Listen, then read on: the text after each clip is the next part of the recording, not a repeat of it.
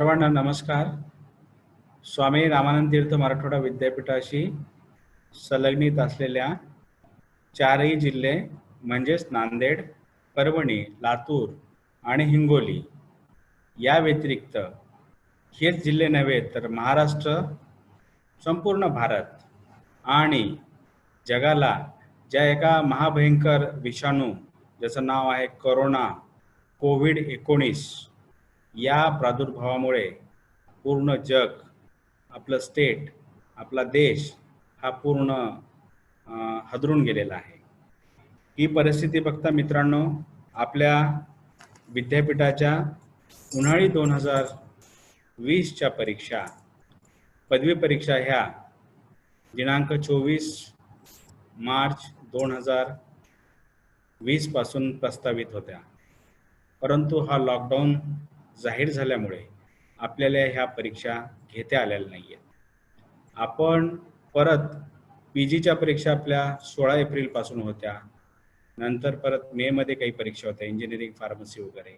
पण ह्या कोरोनाचा प्रादुर्भाव, त्याचा जो संसर्ग वाढला, एक काय म्हणतात त्याला प्रिकॉशन म्हणून शासनाने जो लॉकडाऊन जाहीर केलेला आहे, त्यामुळं आपण सर्वजण या परीक्षेपासून थोडंसं दूर झालेलो आहोत.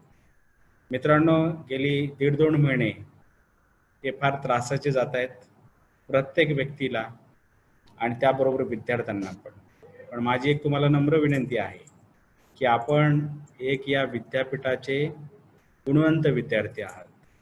विद्यार्थी हा केंद्रबिंदू आणि शिक्षक हा मानबिंदू, ह्या दोन्ही गोष्टी गृहीत धरून विद्यापीठ प्रशासनाची वाटचाल चालते. खरं तर मी आपल्या विद्यार्थी कल्याण विभागाचा आभारी आहे की त्यांनी या नवीन कार्यपद्धतीनुसार आपली ही कार्यशाळा त्यांनी आयोजित केलेली आहे आणि मला संधी दिली आहे. मला खूप आनंद होतोय मित्रांनो की या विद्यापीठ परिक्षेत्रातील म्हणजेच नांदेडचा मी विद्यार्थी आहे. एक नांदेडचा विद्यार्थी नांदेडच्याच विद्यापीठामध्ये परीक्षा विभागाचा प्रमुख या नात्याने आपल्या विद्यार्थ्याशी संवाद साधताना मला अतिशय आनंद होतोय. या विद्यापीठाचे कुलगुरू आदरणीय उद्धवजी भोसले सर, प्रकुलगुरू जोगेंद्रसिंह भिसे, DSW डॉक्टर मुंडे आणि ही टेक्निकल डॉक्टर पाटील, ही सगळी टेक्निकल टीम आपल्या मुलांपर्यंत प्रशासन पोहोचलं पाहिजे.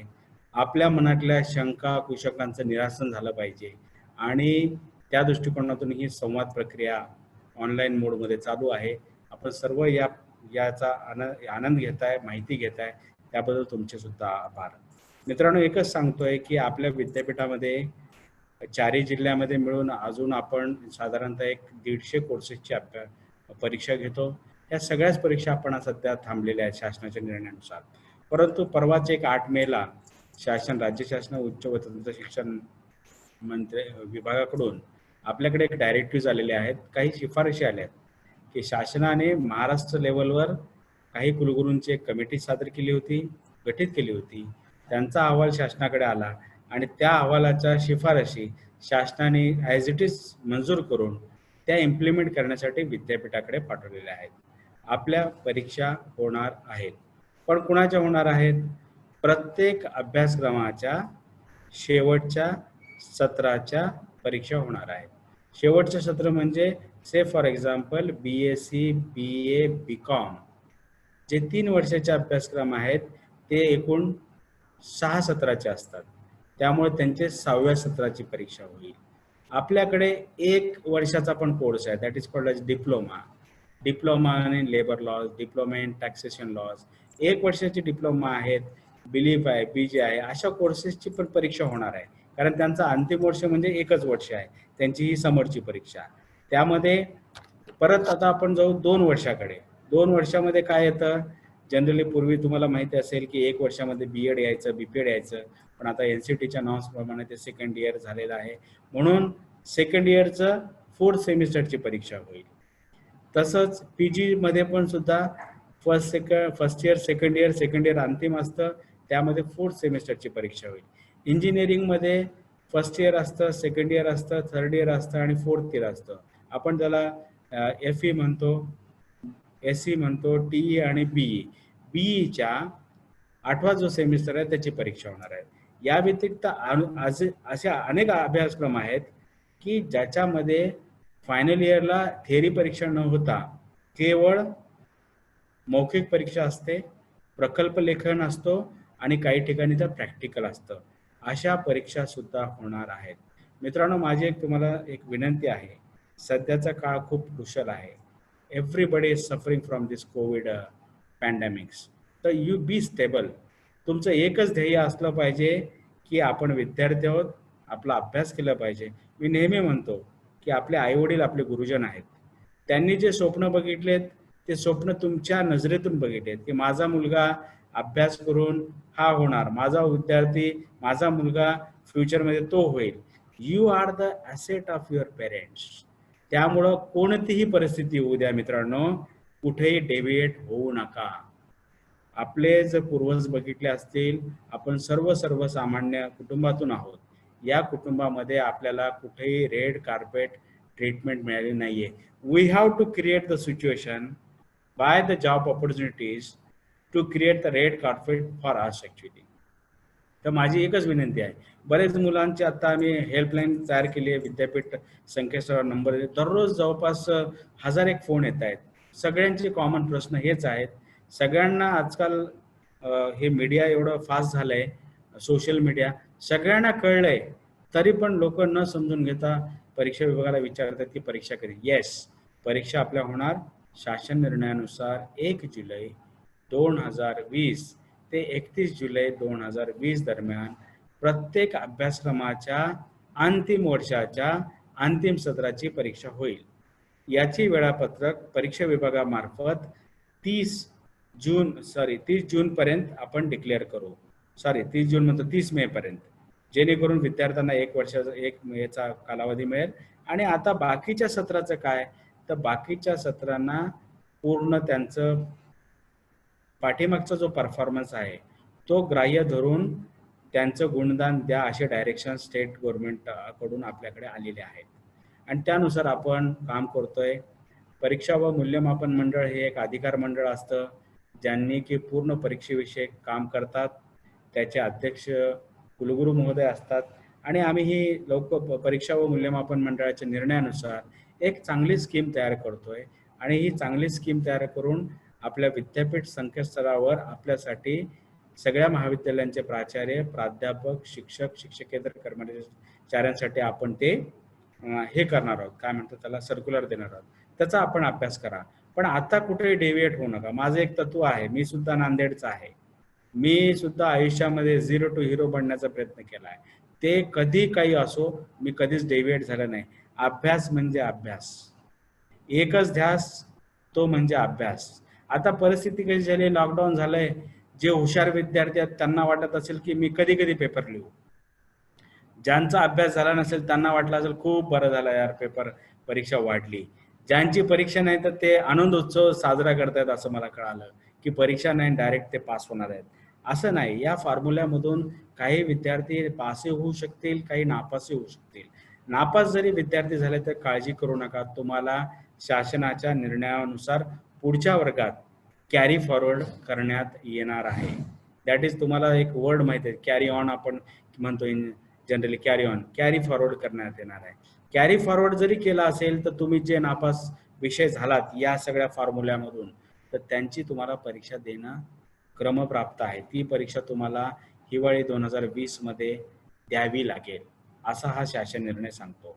आणि मित्रांनो, कोणतंही कारण असो, जर आयुष्यामध्ये तुम्ही डगमगला नाही तर तुम्हाला काही होणार नाही.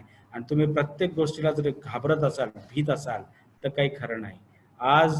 आज महाराष्ट्र नव्हे, भारत नव्हे, तर पूर्ण विश्वाला या प्रादुर्भावामुळं पूर्ण एक प्रॉब्लेमॅटिक करून टाकलेला आहे. त्यामुळं हा युनिव्हर्सल प्रॉब्लेम असल्यामुळं कृपया तुम्ही मित्रांनो कुठेही तुम्ही डेव्हिएट न होता केवळ आणि केवळ अभ्यास करा. तुमचा एकच ध्यास असला पाहिजे, अभ्यास. आईवडिलांचे तुम्ही पुत्र आहात, त्यांनी तुम्हाला खूप सोयी सुविधा दिल्यात. तुम्ही त्यांचे स्वप्न आहात, त्यांचे स्वप्न पूर्ण करण्याचा प्रयत्न करा. काही लोकांची आता अशा परिस्थितीत अभ्यास झाला, अभ्यास करा वाटत नसेल, काहींचं डोकं दुखत असेल, काहींचा अभ्यास करताना झोप येत असेल, काहींना वेगवेगळ्या गोष्टी बघायला आवडत असतील. आज तर ह्या सोशल मीडियाने तर खूप आपल्या सगळ्या युवकांचं वाटोळं केलं असं माझा स्पष्ट आरोप आहे. कारण प्रत्येक जण खाली मान घालून त्या डिव्हाइसमध्ये पडलेला आहे. मित्रांनो, कृपया don't waste your time in this social media. Try to invest this golden time in the good things. ज्यांना जे चांगलं करता येईल त्याच्यामध्ये जा. अभ्यास तर आहेत, त्याबरोबर दुसऱ्या काही चांगल्या गोष्टी करता येईल त्याच्यामध्ये तुमचा टाइम इन्व्हेस्ट करा, अशी मी तुम्हाला विनंती करतो. बरेचदा होतं की आपल्याला बरेच कारणं शोधावं लागतात, पण आता बऱ्याच ठिकाणी लायब्ररी नाही आहेत, सोयीसुविधेची सुविधा असेल, कोणी गावाकडे गेला असेल, तिथे लाईट असेल नसेल, वारा वावदान, आजचं तापमान खूप आहे, काही जरी असेल तर कृपया तुम्ही एकच लक्षात घ्या, आत्तापर्यंत जी काही मंडळी मोठी झालेली आहेत त्यांचा जर बॅक हिस्ट्री बघितला असेल तो असा खडतर प्रवासातूनच होता. म्हणून आत्ताचं जे कोविडचं जे आव्हान आहे हे फार मोठं आव्हान आपल्या सगळ्याच भारतीयांसाठी आहे. ते आपण पेललं पाहिजे अशी माझी विनंती आहे. कुणाकडूनच तुम्ही सिंपतीची काळजी हे करू नका. कोणीच तुम्हाला मदत करण्याची तुम्ही अपेक्षा करू नका. तुम्ही तुमचंच स्वतः मदत करा. ही काळाची गरज आहे. And don't compromise with the situation. Try to be. तुम्ही हे निसर्गाने एक प्रकारचं आपल्याला दिलेलं चॅलेंजेस आहे असं समजायला काही हरकत नाही, असं माझं मत आहे. याच्यामधून आपण कसं पुढे जाऊ याकडे आपण सगळ्यांनी लक्ष देणं गरजेचं आहे. तर मित्रांनो, तुम्ही सर्वजण खूप चांगला अभ्यास कराल आणि मला माहिती नाही की आज आपण आपल्या समाजामध्ये अनेक असे विद्यार्थी आहेत, असे समाजाचे काही घटक आहेत की त्यांना एक वेळचं जेवण सुद्धा मिळत नाहीये. ही फार मोठी शोकांतिका आहे. तर मित्रांनो, अशा लोकांना आपल्याकडनं काय मदत करता येईल यासाठी तुम्ही सगळ्यांनी प्रयत्नशील राहा आणि फक्त तुमचं काय म्हणतात त्याला, मन न विचलित होऊ देता फक्त परीक्षेची तयारी करा. हा संदेश फक्त अंतिम वर्षाच्या अंतिम सत्रातील विद्यार्थ्यांचा आहे. बाकीच्या विद्यार्थ्यांनी काळजी करण्याची काही गरज नाहीये. मागचा परफॉर्मन्स जो आहे तो ॲव्हरेज करून त्यांना गुणदान करण्यात येणार आहे. शासनाचा निर्णय सगळ्यांनी बघितलेला असेल. या संदर्भात परीक्षा विभागाकडून लवकरच एक सर्क्युलर येणार आहे. त्या सर्क्युलरचा अभ्यास करा आणि त्यानुसार तुमचं गुणदान होईल. आता काही प्रश्न मुलांचे असे आहेत, परीक्षा कधी सुरू होणार? परीक्षा 1 जुलै टू 31 जुलै होणार. निकाल कधी लागणार? निकाल साधारणतः 15 ऑगस्टपर्यंत आम्ही लावण्याचा प्रयत्न करतोय. काही विद्यार्थ्यांचे परीक्षा फॉर्म भरायचे राहिले असतील तर लॉकडाऊन संपल्याबरोबरच आपण त्यांना एक 8 ते 10 दिवसाचा वेळ देणार आहोत. साधारणतः आपण 15 जूनपर्यंत वेळ देणार आहोत. मला 20 जूनपर्यंत मुलांना परीक्षा फॉर्म भरण्याचा, म्हणजे कोणी या परीक्षेपासून वंचित राहणार नाही याची आपण काळजी घेतोय. परत मुलांचं आहे की आमचं प्रॅक्टिकल राहिलंय, त्याचं काय करावं? तर प्रॅक्टिकल एक्झाम ज्या राहिलेल्या आहेत त्या घेण्यासाठी मुभा आपण देणार आहोत, कारण that is also one kind of performance. काहींचे SECचे एक्झाम राहिले असतील, काहींचे प्रकल्पाची परीक्षा राहिले असतील तर त्यांच्यासाठी होणार. आता काहींचा मला प्रश्न असा होता की सर आमचं 6वं सेमिस्टर किंवा अंतिम सेमिस्टर हे फक्त इंटर्नशिप असतं. अशा विद्यार्थ्यांची सुद्धा परीक्षा होईल. त्यासाठी कार्यपद्धती कशी असेल ते सर्क्युलरनुसार आपण सर्वांना देणार आहोत. त्यामुळे मित्रांनो, आपण या विद्यापीठाचे गुणवंत विद्यार्थी आहात असं मी समजतो. तुम्ही पास झाला असाल किंवा नापास झाला तरी तुमच्याकडे बघण्याचा माझा पॉझिटिव्ह दृष्टिकोन म्हणजे तुम्ही गुणवंत आहात. आज मला अभिमानाने आज सांगावं वाटतं की स्वामी रामानंद तीर्थ मराठवाडा विद्यापीठाचे विद्यार्थी भारतातच नव्हे चांगल्या ऑर्गनायझेशनमध्ये काम करतायत, तर भारताबाहेरही खूप चांगल्या पोस्टिंगवर ते काम करतायत. That is the strength. आणि हे सगळ्यांना शक्य आहे. आपण काय करतोय, आपल्या मनामध्ये एवढी निगेटिव्हिटी भरलेली आहे की त्यानुसार आपण थोडंसं निगेटिव्ह वावरतो. कृपया असं निगेटिव्ह वावरून नाही चालणार. हे काळ संक्रमणाचा काळ आहे आणि निसर्गाने आपल्याला एक चॅलेंज दिले असं स्वीकारायला काही हरकत नाही आणि याला तुम्ही सामोरं जा. पाण्याचा एक गुण खूप चांगला आहे बघा. पाणी कुठूनही पडू देत, ते पडतं आणि वाहत जातं, तो त्याचाच मार्ग काढत जातो.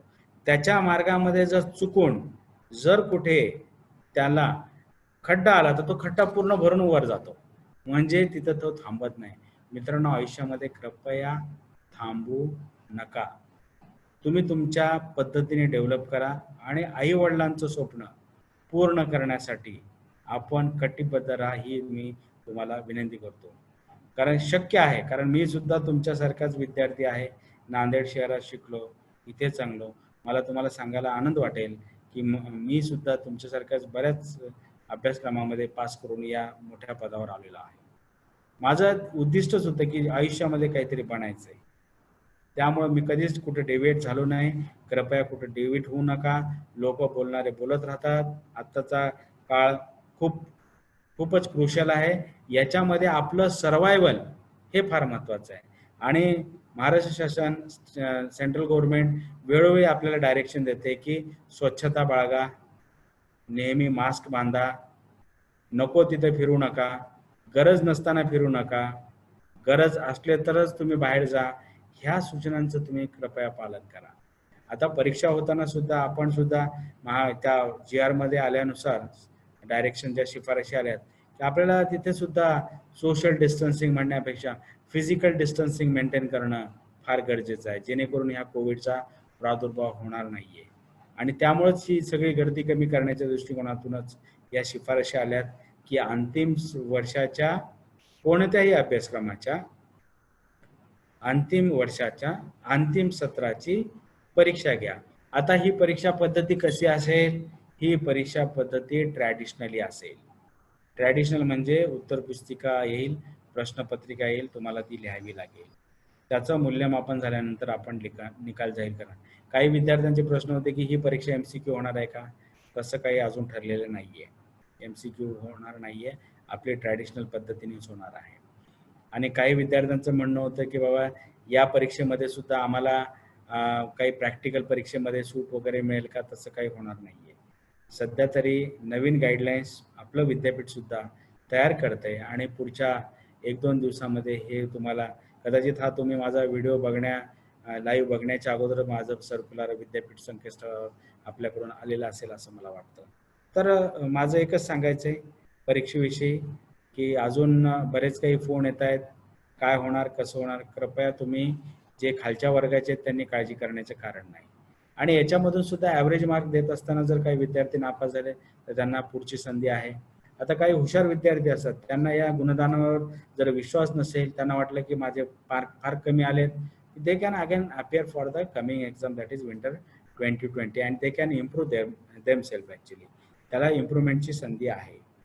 आणि याच्यामध्ये पास होणाऱ्याला सगळे गुणपत्रक आम्ही लवकरात लवकर वितरित करण्याचा प्रयत्न करणार आहोत, जेणेकरून विद्यार्थ्यांना जर कुठल्या संधी असतील त्यांच्या त्या संधी सुटायला नको.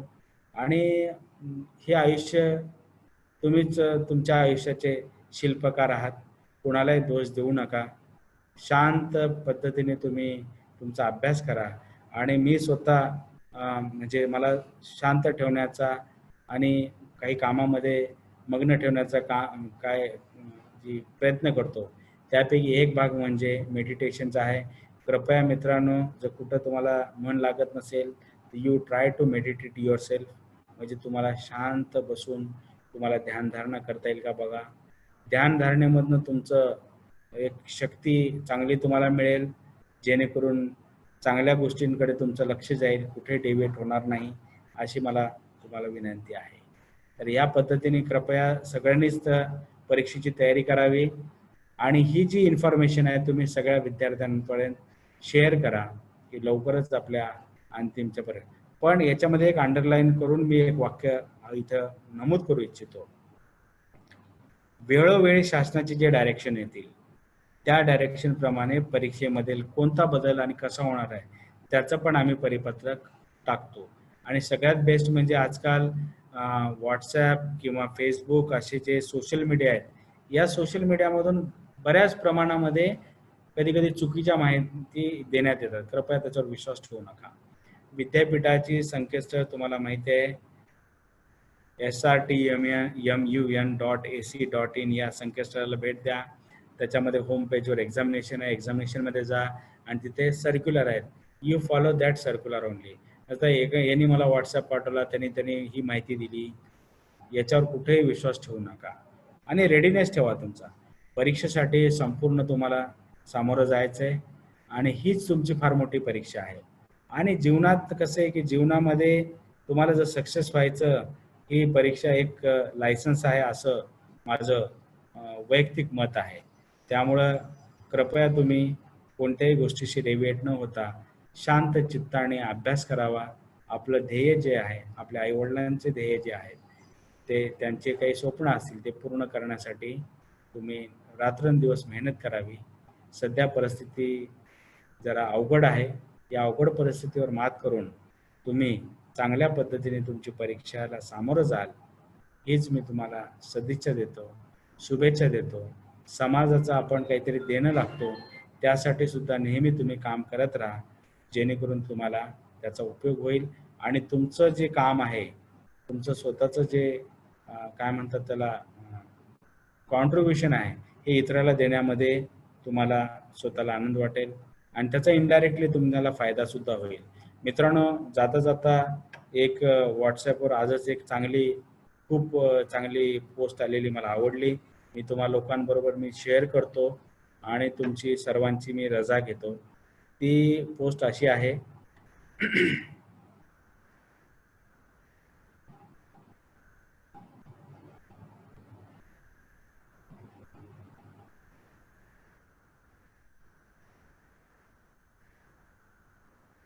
एकच मिनिट हा.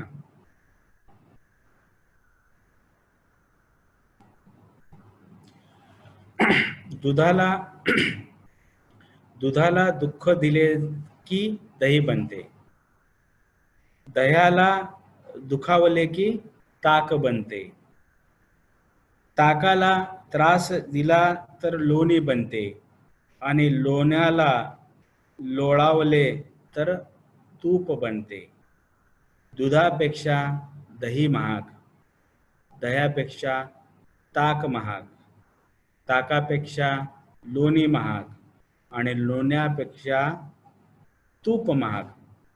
परंतु या सर्वांचा रंग एकच, शुभ्र. याचाच अर्थ पुन्हा पुन्हा संकटे आणि दुःख झेलून जो माणूस आपला रंग बदलत नाही, अशा माणसाची समाजात किंमत जास्त असते. दूध उपयोगी आहे, पण एक दिवसात नसते.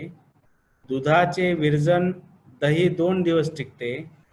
दह्याच्या घुसळलेल्या ताक 3 दिवस टिकते.